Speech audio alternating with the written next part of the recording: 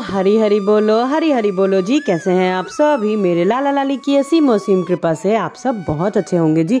आशा करती हूँ आप सभी मेरे लाला लाली की सेवा में मगन मस्त होंगे जी। तो आज का जो विषय है बहुत ही अहम विषय है भाई, मार्गशीर्ष की एकादशी जो कि है उत्पन्ना एकादशी का जो उपवास है, जो एकादशी है वो आने ही वाली है कुछ दिनों में। तो इस बार एकादशी को लेकर के बहुत सारे लोगों के मन में बहुत सारे विचार हैं कि वो 8 तारीख को व्रत उपवास करें या 9 को करें, वो किस दिन करें। तो चलिए जल्दी से जान लेते हैं कि किस दिन बिहारी लाला के पास में मेरे एकादशी मनाई जा रही है और किस दिन आप भी उपवास रख सकते हैं, कब आपको पारण करना है, शुभ मुहूर्त क्या है और उत्पन्ना एकादशी जो है इसका इतना ज़्यादा महत्व क्यों है। तो चलिए शुरू करते हैं व्लॉग को। हरि बोलो जी। तो हिंदू धर्म में एकादशी का विशेष महत्व है। आपको बता दें कि एक साल में 24 एकादशी पड़ती हैं, मतलब एक महीने में 2 एकादशी पड़ती हैं। एकादशी तिथि मेरे नारायण, मेरे प्रभु, मेरे विष्णु भगवान को समर्पित होती है। मेरे कन्हैया, मेरी श्यामा श्याम को अति प्रिय होती है एकादशी की तिथि। इस वर्ष जो उत्पन्ना एकादशी जो पड़ रही है वो 8 दिसंबर को पड़ रही है जी। देखिए 8 दिसंबर और 9 दिसंबर में 8 दिसंबर को सुबह उदया तिथि के हिसाब से अगर लिया जाए तो सुबह 5:07 से एकादशी जो है वो शुरू हो जाएगी, एकादशी की तिथि। और जो उदया तिथि हमारा जो सूर्य उदय होगा वो 4:45 पे होगा। तो उदया तिथि के हिसाब से जो बिहारी लाला के पास में हमारे वृंदावन में जो व्रत उपवास और एकादशी मनाई जाएगी वो 8 दिसंबर को मनाई जाएगी। एकादशी उत्पन्ना एकादशी का जो महत्व है वो बहुत ही ज़्यादा महत्व है। जिस तरीके से देव उठान एकादशी, निर्जला एकादशी बड़ी एकादशियों में आती हैं, उसी प्रकार से उत्पन्ना एकादशी भी हमारी, आप कह सकते हैं वैसे सारी ही एकादशी जो है वो बहुत प्रिय है मेरे श्यामा श्याम को, मेरे नारायण को। लेकिन उत्पन्ना एकादशी वाले दिन ही एकादशी जो उत्पन्न हुई थी, एकादशी माँ का ही उत्पत्ति उसी दिन हुई थी। मतलब एकादशी जो शुरुआत हुई है वो उत्पन्ना एकादशी वाले दिन से ही हुई है। इस दिन माँ एकादशी का जन्म हुआ था, इसलिए इसे उत्पन्ना एकादशी कहा जाता है। शास्त्रों के अनुसार इस दिन कोई व्यक्ति अगर पूरे दिन व्रत रखकर मेरे नारायण, मेरे लड्डू लाडो, मेरे श्यामा श्याम की पूजन अर्चन विधि विधान से करता है तो मेरे लाला की असीमों असीम कृपा। तो इस प्रकार से उत्पन्ना एकादशी, उत्पन्न ही एकादशियों का जन्म ही उत्पन्ना एकादशी वाले दिन हुआ है। तो जिस प्रकार से निर्जला एकादशी और देव उठान एकादशी और मार्गशीर्ष में जो पड़ने वाली जो उत्पन्ना एकादशी होती है, ये मेरे श्यामा श्याम को अति प्रिय होती है भाई। तो पंचांग के मुताबिक अगर आप 8 तारीख को उपवास रखते हैं तो जो आप पारण करेंगे वो 9 दिसंबर को दोपहर 1:17 पे करेंगे। 1:17 से लेकर के 3:21 तक का आप लोग पारण कर सकते हैं 9 दिसंबर को। देखिए अब हमेशा क्या होता है कि आपको सुबह सुबह जल्दी ही आप लोग पारण कर लेते हैं। कभी 6 बजे का समय होता है, 7 बजे का समय होता है। जैसे कि जो लोग 9 तारीख को उपवास करेंगे, देखिए अगर आप दशमी तिथि के मिलन में करना चाह रहे हैं तो आप 8 को कर सकते हो।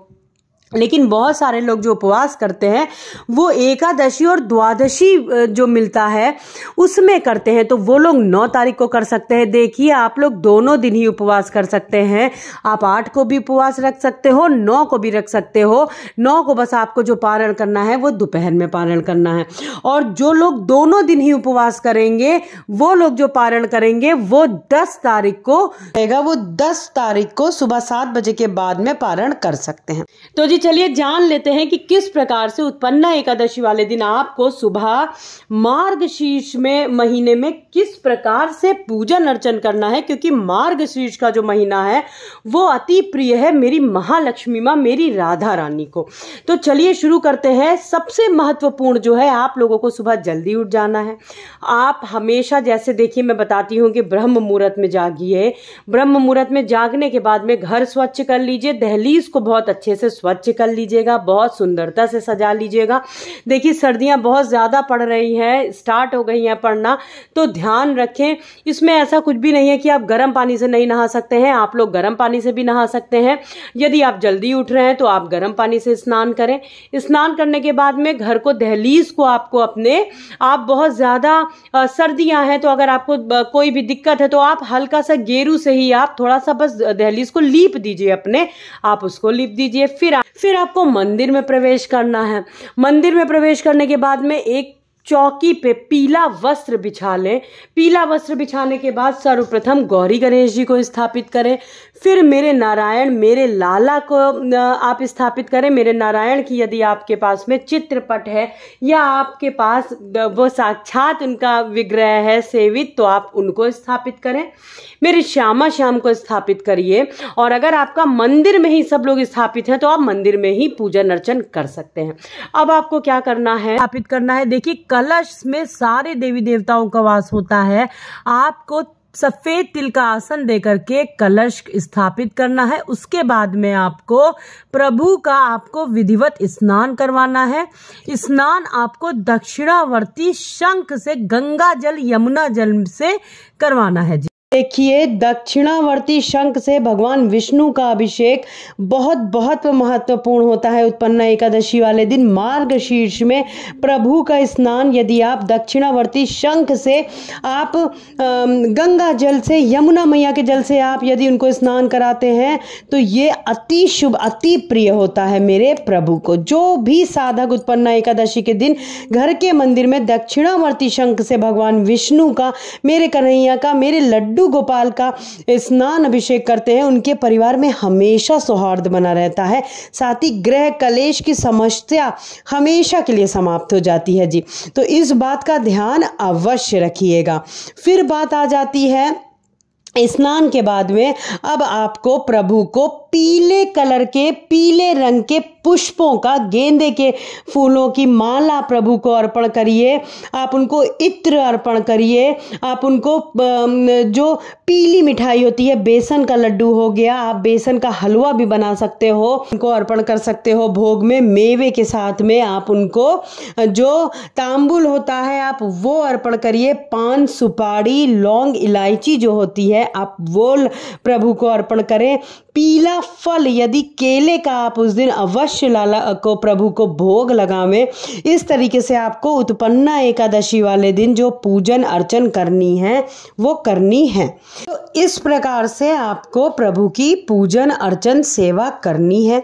स्नान अवश्य गंगा जल से, आप दक्षिणावर्ती शंख से अवश्य स्नान करवाएं। स्नान करवाने के बाद में प्रभु को पीले वस्त्र, रंग का ही वस्त्र आप उनको पहनाएं। कोई आवश्यकता देखिए ये नहीं है कि आप नया ही पहनाएं। आप प्रभु को जो उनका पहना हुआ भी वस्त्र है आप उसको भी शुद्ध करके उनको धारण करा सकती हैं। तो इस प्रकार से आपको उत्पन्ना एकादशी में पूजन अर्चन करनी है।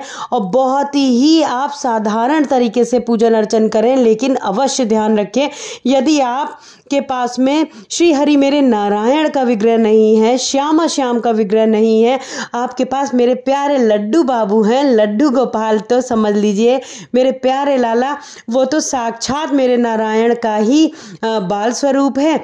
सबका सभी का जो आप कह सकते हो, मेरे नारायण, मेरे श्यामा श्याम, मेरे राधा रमण लाला, राधा वल्लभ लाला, सभी तो मेरे लाला, मेरे प्यारे छोटू से लड्डू गोपाल लाडली हैं। तो यदि वो अपने घर में विराजमान है तो आप उनको दक्षिणावर्ती शंख से उस दिन अवश्य स्नान कराएं। तो कोई भी प्रश्न है तो आप कमेंट सेक्शन में पूछ सकते हैं, कोई भी सुझाव है तो अवश्य दें। तो चलिए आज के लिए बस इतना ही, मिलते हैं अपने दूसरे व्लॉग में बहुत जल्दी। हरि बोलो, हरि हरि बोलो, हरि हरि बोलो जी, राधे राधे जी, हरि बोल।